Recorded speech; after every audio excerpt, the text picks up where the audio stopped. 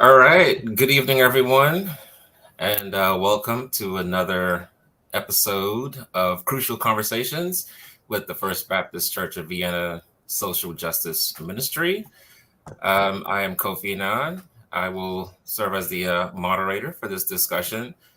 Today's discussion is going to be about policing, particularly policing in the post George Floyd era. It's been 2 years now since the murder of George Floyd, and there have been a lot of protests. There have been a lot of legal law changes all over the country. Um, so we wanted to kind of have a conversation about it. Here in Fairfax, there have been three recent incidents, two of actually police-involved shootings, three where police have, that we've seen where police have brandished their weapons at civilians. And so we just wanted to have a conversation to kind of see, well, where are things going? Are they trending in the right direction? Are they not? And so we just thought this would be a good time to kind of have like a put the local issues into a larger context, if you will. So again, I'm Kofi Annan, and I will let my other panelists introduce themselves, starting with Shireen. Hello, I am Sri Manon and a member of the Social Justice Ministry and Kofi's wife. Rashina? Hello, I am Rashina, of course, your resident millennial, and I am here as the clergy and a member of the Social Justice Ministry as well. My name is Jaden Say. I'm representing Gen Z, and I'm also a member of the Social Justice Ministry. All right. So before we get started, I just wanted to let everyone know, a reminder that the opinions that we express on this program are our own personal opinions. They're not necessarily representative or reflective of First Baptist Church of Vienna.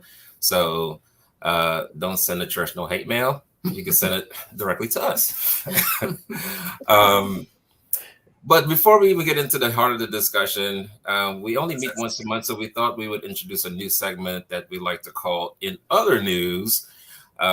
Because just to kind of talk about some of the other things that have happened over the last couple of weeks, some of the top headlines, just to kind of get you guys feedback. Feel free to type in the chat any comments, any questions. We'll try to address them as we're going along, or we might take a little break. We haven't quite figured it all out yet, but feel free to. We want this to be interactive. That's why we're doing it live this time, and so feel free to join us and chime in. So the first issue in the other news section, have you guys seen the videos from the Sesame Place where the characters were like literally like ignoring all the black kids? I know like first it was just that one family that uploaded their video, and then everyone else started doing the same thing. I'm like, are we taking racism to Sesame Place now? Like, what's going on here? So I have to say, I was just completely disgusted by the behavior of these grown people, these adults to these children. Like they are like high-fiving the kids, the other kids high-fiving them. They're there to have a good time. And they these kids are looking up to them and they are just behaving like children themselves. Oh, I don't want to engage with you, so I'm just gonna wait. And then they were like physically waving these kids off, like, no, not whatever. you. Like, I can't be bothered with you. It's so problematic, and it's so easy to just write it off as an isolated incident. And I think we do that a lot, but you see how quickly so many different incidents of this happening popped up. And I think it's really indicative of how things happen in this country. Like, we like to write stuff off, but these are just big issues that happen so often and we don't even realize it. I think people are just kind of like immune to it. Like, that's not happening. And then like, no, that's the real issue. I'm sorry, Sharima, I think I might. No, I was gonna say it's just sad that I don't even know how you explain that to a child. Like, because I know I saw in some of the articles where the children were saying, "What did I do wrong? Like, why did they ignore me?" So it's like having to explain that to a 3-4-year-old, however old they are. Like, it's hard. I don't even know what I would say, to be honest. Like, I mean, and you can't tell them, oh, well, they don't like. How do you tell a 4-year-old, oh, they don't like you because you're black? Exactly. They don't like for me. I know my son is just now. He's about to be 8 in September. And he's just now kind of understanding that some people are black, some people are white. At that age, he had no concept of race or what that meant. So I would have to like make something up to tell him because a lot of kids don't have that that understanding. Yeah. And at a place that's specifically for children, that these kids are being alienated so young. And like, this is probably a defining experience. Right. And even though Sesame Place and Sesame Street have come out and apologized, like that doesn't mean anything to a 3-year-old who's always going to remember that the little Muppet waved them away. Right. Yeah. And then I think that what kind of rubbed me the wrong way with Sesame Place was they did not take accountability at first. Their first statement was a total, that was just an isolated incident. That is not they try to make an excuse or the costume, why this person you see the kids. Right. You can't see black kids out of the costume. Right. And they did all the wrong things at first. And so to come back with this apology is like, it's too little too late, and it's disingenuous. Yeah. Yeah. It's tough having to even think about having to explain something like that to a 4-year-old. Like you can't, or you really shouldn't have to that's tough. That's tough. It's very tough. You take them that they're probably been looking forward to this trip all year. And they're just so happy, and they're just on top of the world. And all of a sudden, you got to talk about racism. Like that's, that got to be gut wrenching for the entire family and traumatic for the entire family. Yeah. You just want to show your kids a good time. So yeah, I hope they get that fixed. And on a bigger picture, like we need our own Sesame Places and our own like Disney World. Yeah.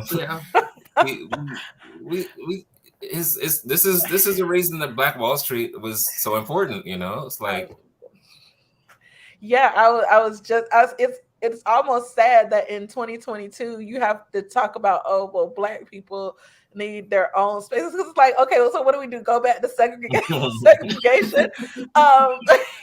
Like, how ridiculous do we sound in 2022? But it's a real conversation. It's a real discussion that needs to be had of where can our kids, where can our grown-ups go to be in a safe space and to enjoy themselves, and for a day not have to worry about racism. Exactly. Right. Yeah. And I see your comments, Sonia. Like, we have to talk to our children about the things before it happens. It's a good point, but it's a sad reminder that's the reality. We do need to start having these conversations younger and younger, I guess. Leftover debris from the Orange Man. Oh gosh. No comments. No comments. Oh man, yeah. She's not wrong. She's not wrong. Right? Not wrong at all. Wrong. Yeah, everybody's not wrong, right? All right. And in other news, January 6th committee hearings. Anybody still paying attention to this? We should, right? We should. Are we supposed to? We should. I feel kind of bad if I'm not. I feel like okay. I feel like as an informed citizen, we probably should. But I think everyone is kind of like, yeah, we know what this outcome should. If they look at all the facts and all the evidence, then like it should be an open and shut case. Like I don't know. So I honestly haven't been keeping a close watch on what's been going on over there. But keep a side eye view. Like I look at the headlines like, oh, okay, yeah. They still did nothing important. Okay, yeah, keep it moving. Right. And all of us knew. Go ahead. No, I was gonna say it's hard to continuously watch that footage of these people storming into the Capitol, with all that security, and then you think about the police shootings and how it happens like in an instant. And this was allowed to drag on. These people were allowed to go into this heavily secured area, the Capitol, and I keep seeing that and the lack of response. from the administration. It's just, yeah, I don't know. Don't even know what to say. And I promise that all of us sitting here, we knew exactly what the cause was as it was happening live. Right. But as we look at these clips and we look at these hearings and we see just like how crazy and delusional and how deep this runs, Mm-hmm. and how coordinated this effort was. Because I think so often we try to push the blame and say that it was just a whole bunch of crazy people who were just really passionate. But this was a coordinated attack on our government by president. It was a coup Supreme attempt. Court justices, this is a coordinated attack by many people holding many high titles. And I think Secret we try to Service. push the blame. Now the Secret Service lost all their text messages. As soon as they were asked for. They had them before, but I don't know what happened. Yeah. Right. Trust me, there is 0.00% chance that they can't find those Secret Service text messages. That is, I'm sorry, but no, that doesn't happen. It doesn't happen in the government. Definitely doesn't happen in an intelligence agency. It does not happen. They have those text messages somewhere. They can find them. All right. So that's nonsense. So like stuff like that is like the stuff. Okay. So I know I got into some pushback for some folks a couple of weeks ago when I was like, I'm just not taking this committee seriously. It's because like to the point that Shereen made, like this stuff is traumatic. Again, because when you look at it from like a racial standpoint, that if this was Obama, he would have been in jail the day it happened.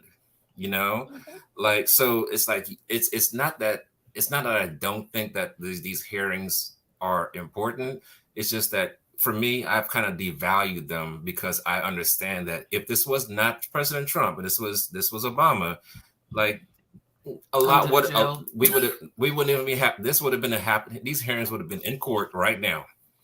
As opposed to like this dog and pony show they having up in Congress. And let's not forget the people. The people would have been dead. They wouldn't have had a chance. Exactly. That's what I'm saying. Even be arrested or like there was no way they would have left DC, left the Capitol building alive. Like as many of them as that did, if that they were not. Yeah. No. So they were. It's tough to really keep up, and it's tough to really take that stuff really all that seriously. I mean, when they had a whole couple hours of hearing the other day to try to figure out what did President Trump do? Nothing. We know he did nothing. Right. He's gonna take all day to figure out he didn't do nothing. We know that. Like, come on, y'all. Like, I can't.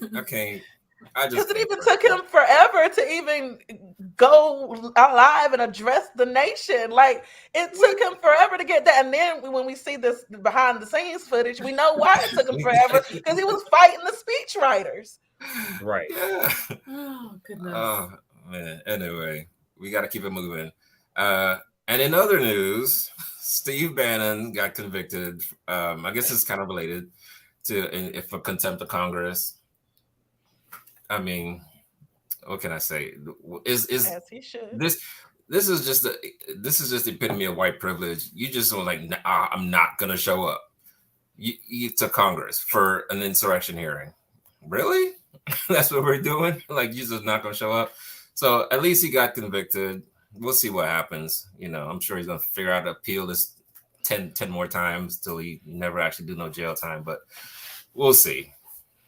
Yeah.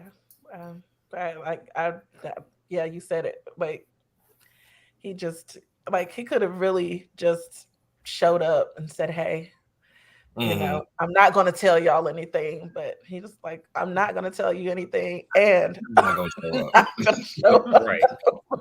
I'm not even going to waste y'all time. Right.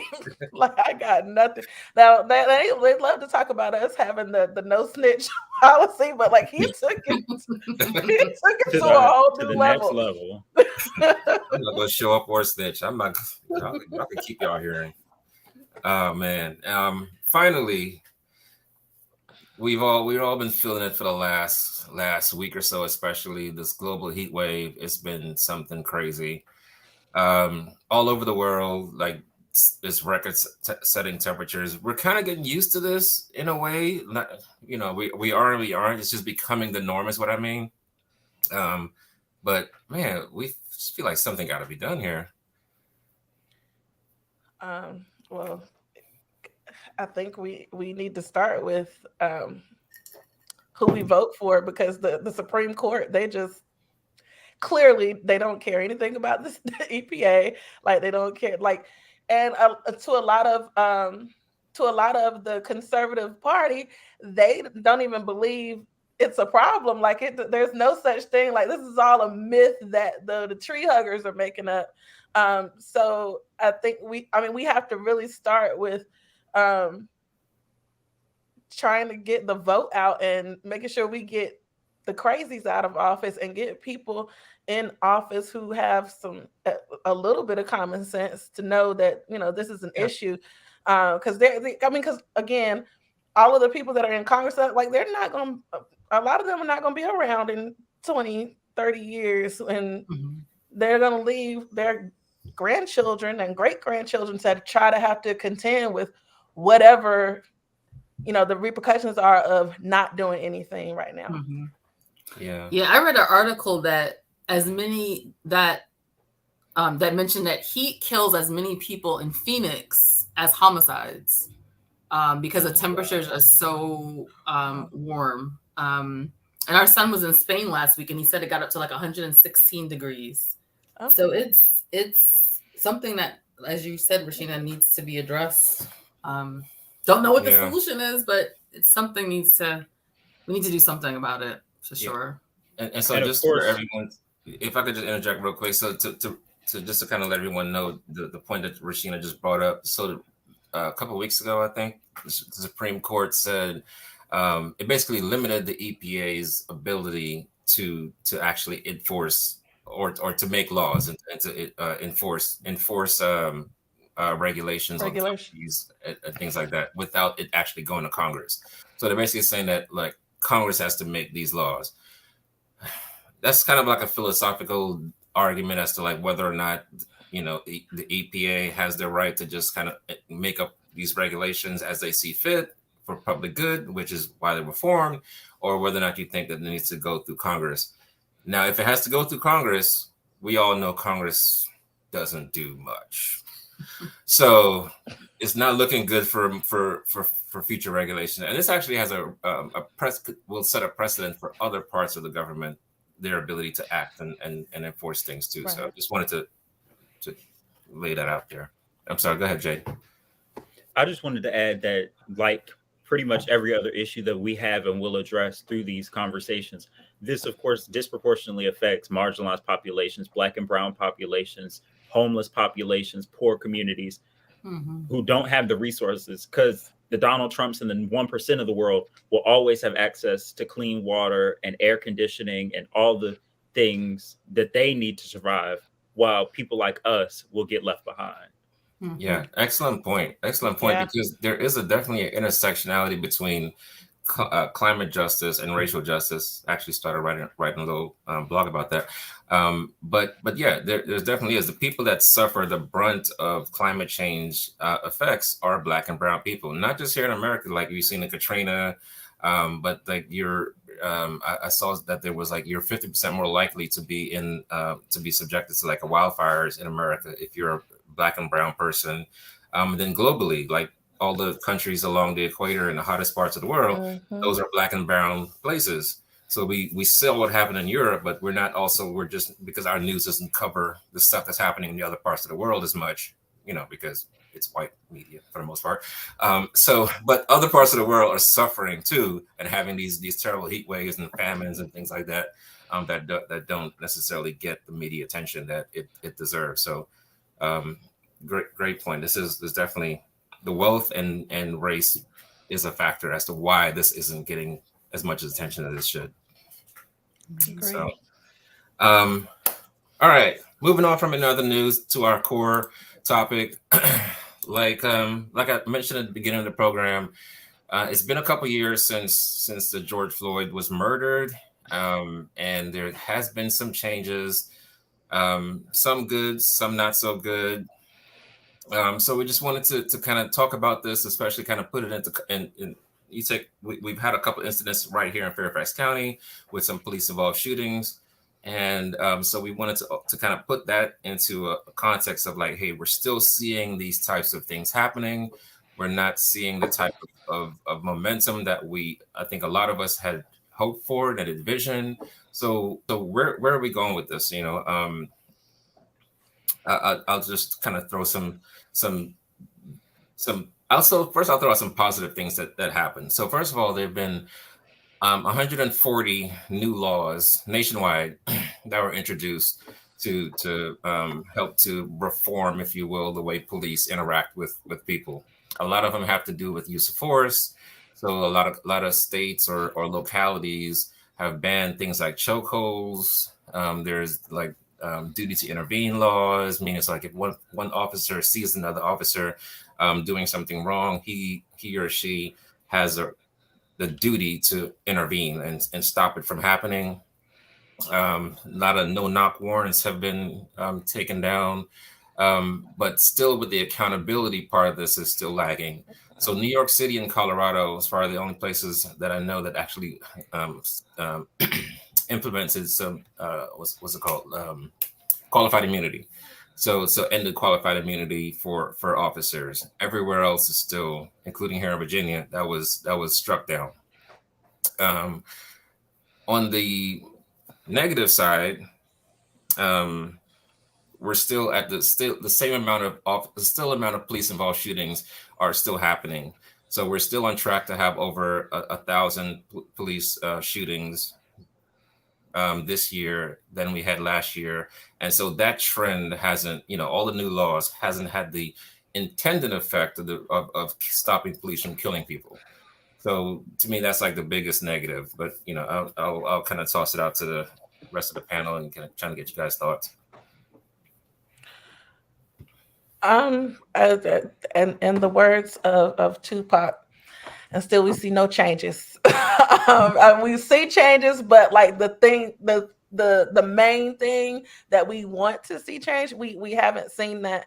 And I think it's a cultural issue in policing. It is, they're used to, they're good old boys. They're used to, their fraternal order of police officers and the way that they do things, and they are just they're resistant to change. Like they don't want to do anything differently. They want to keep things the status quo. And I don't know if you guys saw this, but back where I'm from Tarboro, North Carolina. There's a small town not too far from there, probably maybe about 25 minutes from Tarboro, called Kinley, North Carolina.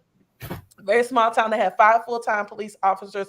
All of them quit, including the chief, and the staff, and yes, and some of the staff, the town staff, quit as well, because to me they're resistant to change, and I can get into what type of changes that they are resistant to, but when you have somebody who comes in who wants to make a difference and wants to see reform, they fight it. This is they fight it like it's just like you're trying to take their right arm or something. Like it's just so ingrained in who they are and who the police office, who the police are.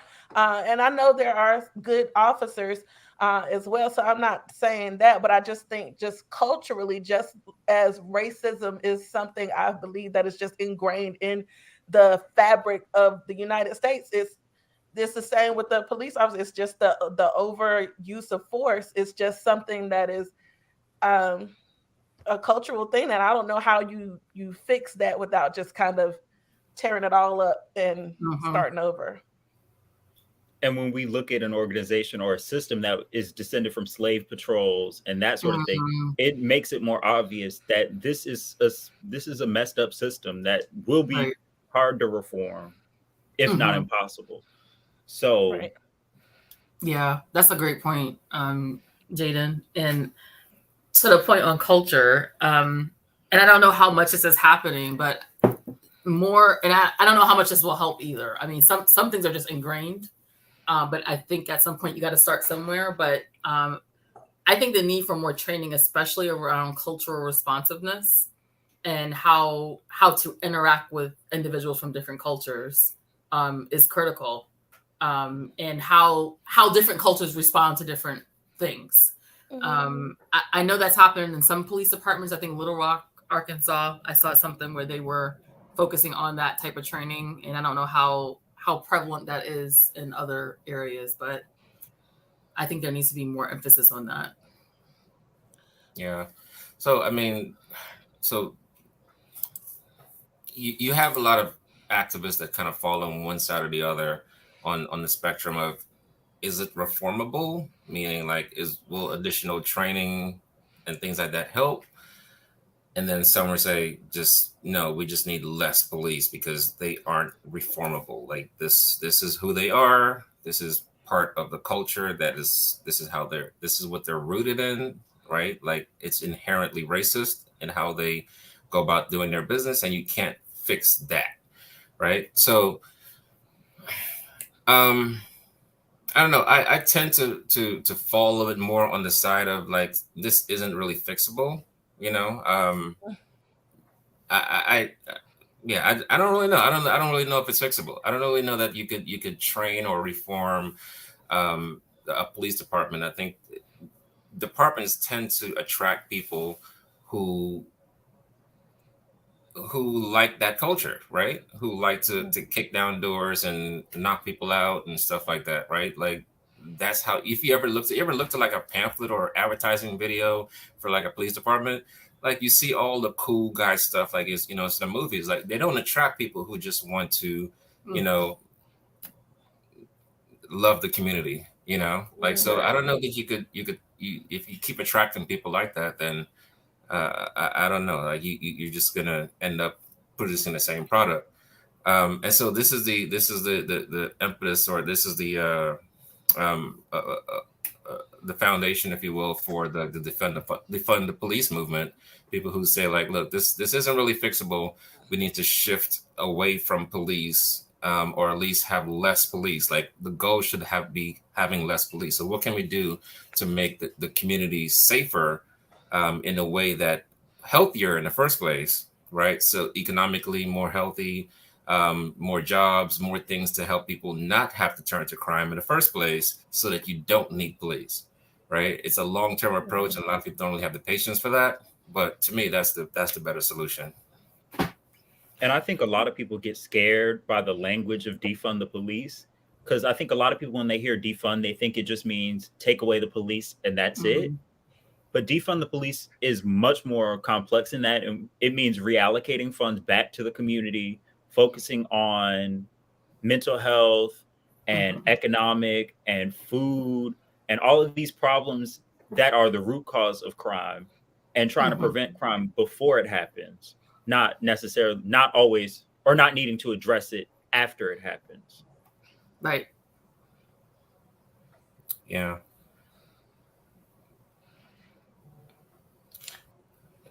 So Sonia says it is fixable, but she feels like you have to completely start over. But then the question becomes, well, how do you do that? But right. So, but to Jaden's point, I think that we do start by investing more in our communities, investing more in people, and trying to get to the root cause of crime, as opposed to coming from the other way and saying, hey, let's train these cops, let's do this. I think, again, because it's a cultural thing, we have to start from the start backwards and kind of work our way up to how do we get police to behave better. And you would like to think, because the older the country gets and the more awakened the younger generations become, you would like to think that eventually it gets better. But I mean, I suppose we're not that far removed from the civil rights movement. So I guess, those people are still alive. A lot of those people are still alive, and they pass those, that behavior and those ideals down to their children, and so, in some cases their grandchildren. But you would like to think that as we become more evolved and as people become more awakened, that you will see more of what we would like to see moving forward. But I guess it just, like as Kofi said, it takes time. It takes time to try to get there, but we want to see change now. Right. Yeah, no. So here locally, they started a program. I think it's still in the pilot phase of where the police or the dispatcher has the option to send a mental health person out instead of the police, or in conjunction with the police. Like, if they deem that this person is not necessarily a threat to themselves or others, then the mental health professional kind of lead the charge, and the police will stand back somewhere close by as a backup. I think this is a great program. We'll see how it's actually working. There have been some instances where we thought that maybe the police, this program should have been used, that it wasn't.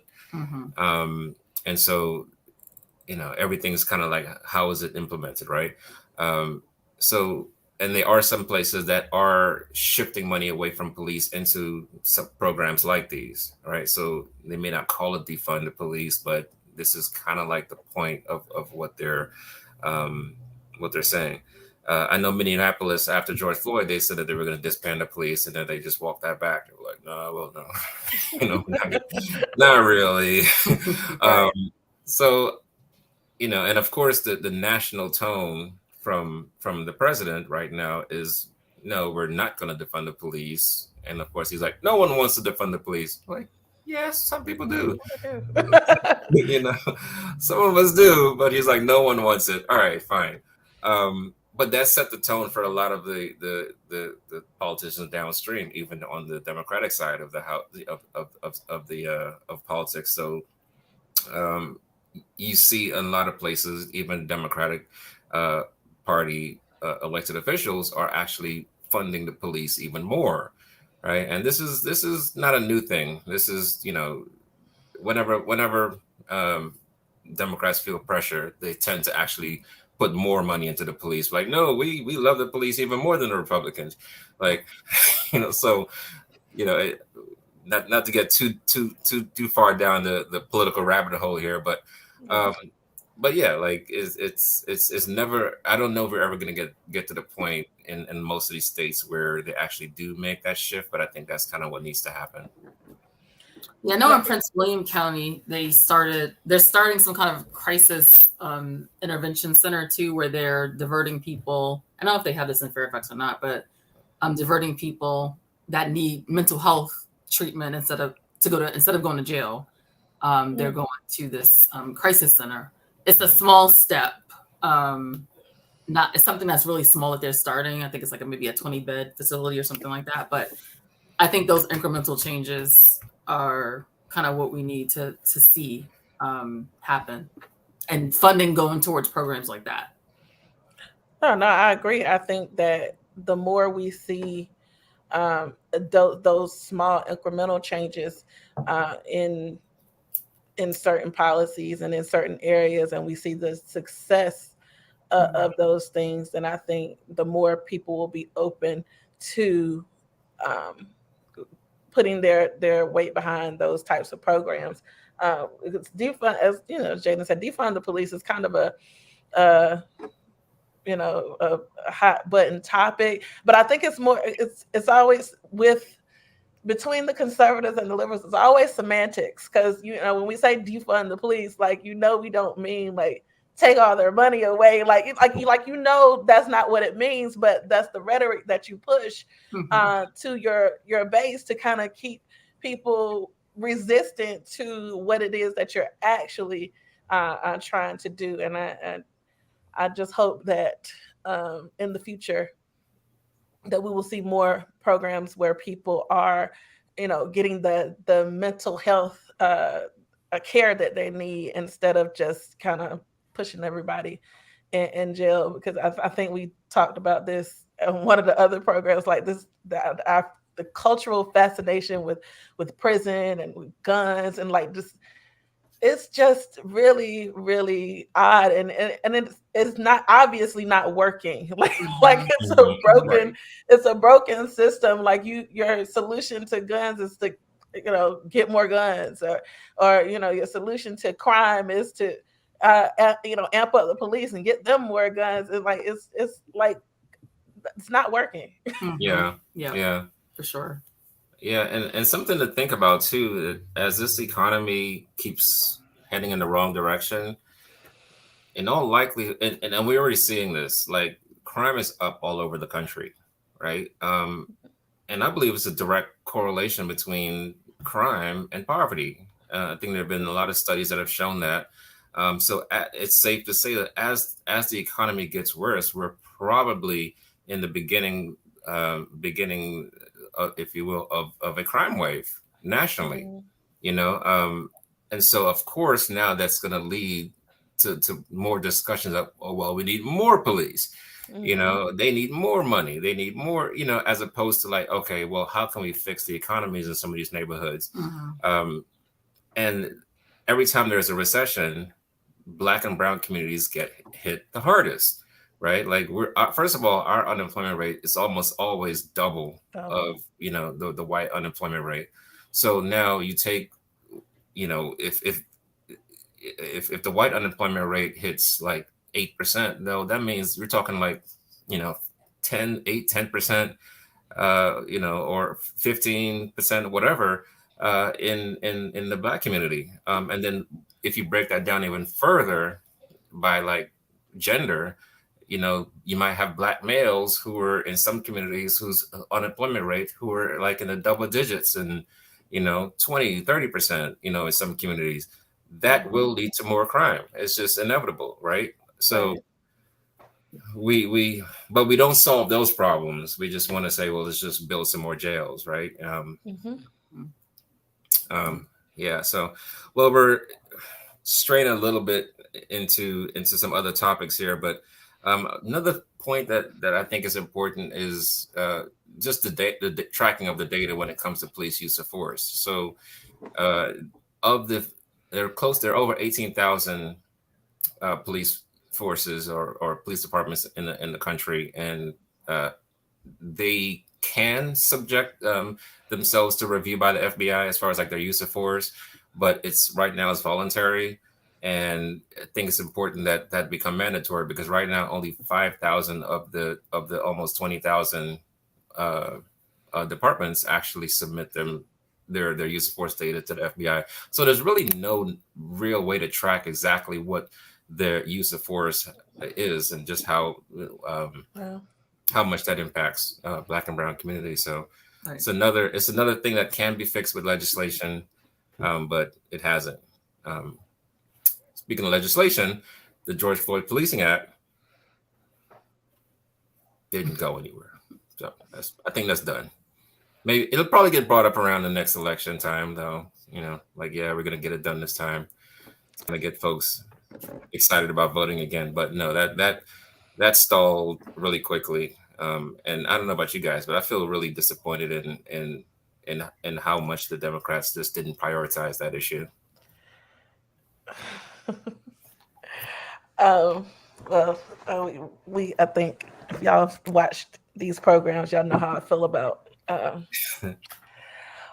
our politicians and their push to do certain things. And it to me, it always comes back to what the motives were, what's going on behind the scenes, that you felt like, I'm going to dangle this carrot in front of these people, and then I'll just kind of casually backpedal what it is that I said I was going to do, and then you find some way to blame it on, it's the Republicans, like, or it's our fault because we didn't get out and vote, or it's. At what point do you look at yourself and you're really real, and you're like, I just didn't get it done, because they aren't getting it done. on a whole lot of issues, and particularly with policing in this country. They are not getting the job done. To me, it feels like, and it may be because we are in an information age where we're able to see this stuff in real time, and we're able to hear more about what's happening. But it just feels like it's turning in the wrong direction. Like, it's not getting better. It's just like all of this attention on the police is just making them angry, and really kind of more emboldening them to, well, I'm going to show you what I can do. Well, we're going to, get away with it. And they they continue to get away with it. But again, I don't know how we get people in office who actually want to do something and who will not be swayed by the money. Because it's not that the majority of this country, I feel like the majority in this country wants to see some sort of police reform. We want to see things go a little bit more away from conservative views, but they're playing, I don't know, they're playing politics in DC, and we can't get the things done that the country wants to get done, and that's not democracy. It's people looking out for their own interests. You're supposed to vote in the interest of the people, and they aren't doing that. Not really, they say. Yeah. And I think it's important to remember that both the Democratic and Republican establishments benefit from these oppressive systems. So we have to remember that we're fighting against it on all sides, not just the side that votes against us. Right. Yeah. So, I was actually going to ask you, Jaden. So, like, being the youngest, panelist here, being someone who's, just started voting himself, how do you? Because I can tell I'm a little jaded. We're a little older. We're a little jaded. But how do you feel? Like, because to me, it feels like I can't really remember the last time Congress got anything really big done. And it just makes me jaded, especially when it comes to something that specifically affects the Black community, but how do you feel about our politics, the future, about all these kind of big picture issues? So I think, my feelings were really captured well by a comment we got on YouTube saying that freedom isn't free and that we have to stay in the fight. It's hard to listen to people year after year after year tell you have to vote to get the things you want. And then you vote and you see the things that you want not happening. But I know for me, I had to rationalize it in my head. Either we can vote for the party that'll do nothing, or we can not vote and let the party that will do something continue to make these systems more oppressive and worse against us. And also, I think it's hard as a young person watching these 60, 70, 80, 90-year-old politicians make these policies that they won't be alive to feel the ramifications of. So I think we definitely need to address the comment or the question that Rashina asked, we have to get people who are affected by these decisions. A lot of these people aren't worried too bad about climate change because they'll be dead before it comes to get them. But me and my kids will feel the effects. So we have to look at getting Black and brown politicians, younger politicians. Younger politicians. We need younger politicians. We need younger politicians. If you look around the world and we see heads of states that are in their 30s and 40s, we don't have that here. And I think that's part of the reason why we can't get these changes, because it doesn't affect them. So it's definitely hard, but I have to stay motivated because I have my whole life in front of me to feel the effects. No, Jaden, you said it, and I've said this on the last two panels that we had. Term limits, how do you get people in office who are going to vote against their own self-interest and say, hey, we can't have people in Congress for 30 and 40 years. Like, what? That makes no sense to me. But the president can only stay 8. But you are like, essentially, you guys, they're the ones with the authority, with the power. Like, you are the lawmakers. And so why do you feel it necessary for you to not have term limits, but everybody else? Well, the president, because the Supreme Court, they can stay there forever too. Yeah. So elections are nothing, right? Like, to me, like, they feel like the real dictators here. Like, seriously, like, you're trying to come against a tyrannical government, but like, how is that not a little tyrannical? Right. Y'all won't leave. You don't know when to leave, and you're not getting things done. Let somebody else come in that will get it done.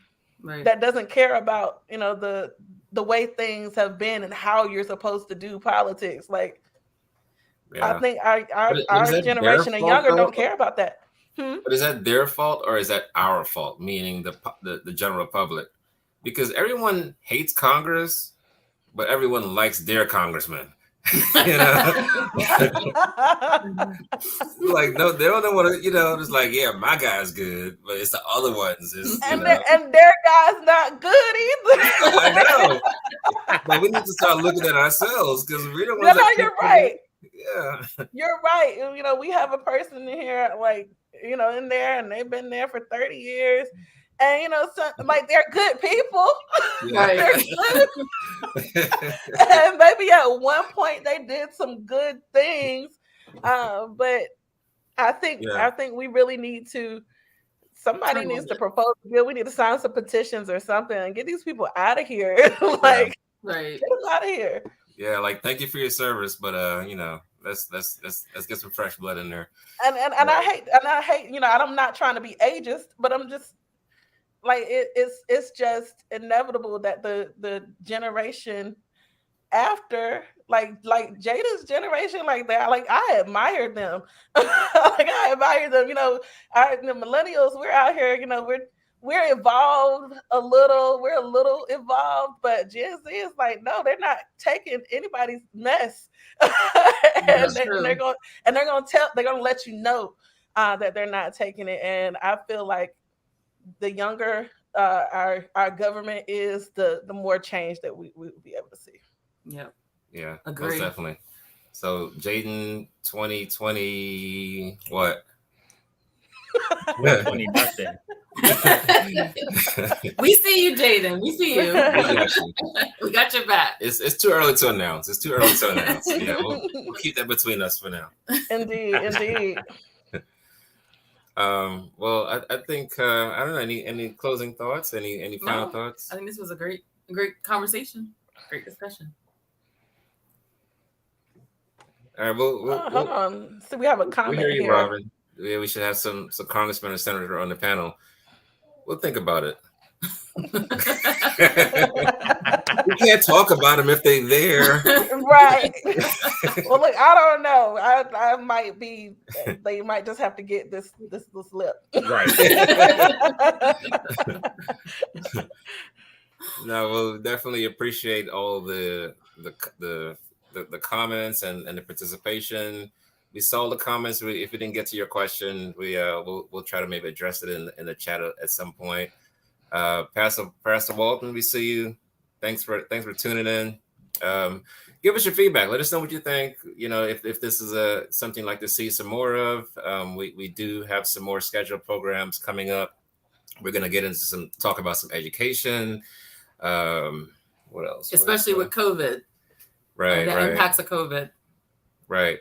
Yeah, we have a conversation scheduled where we're going to talk about reparations and what that might look like in Virginia. So we have a lot of things to discuss, a lot of important issues that we're going to keep these crucial conversations going. Let us know what you think about the name too. We just named it. Crucial Conversations. But give us all your feedback. We love to hear from you. And if people want to get connected with the social justice ministry, what do they have to do?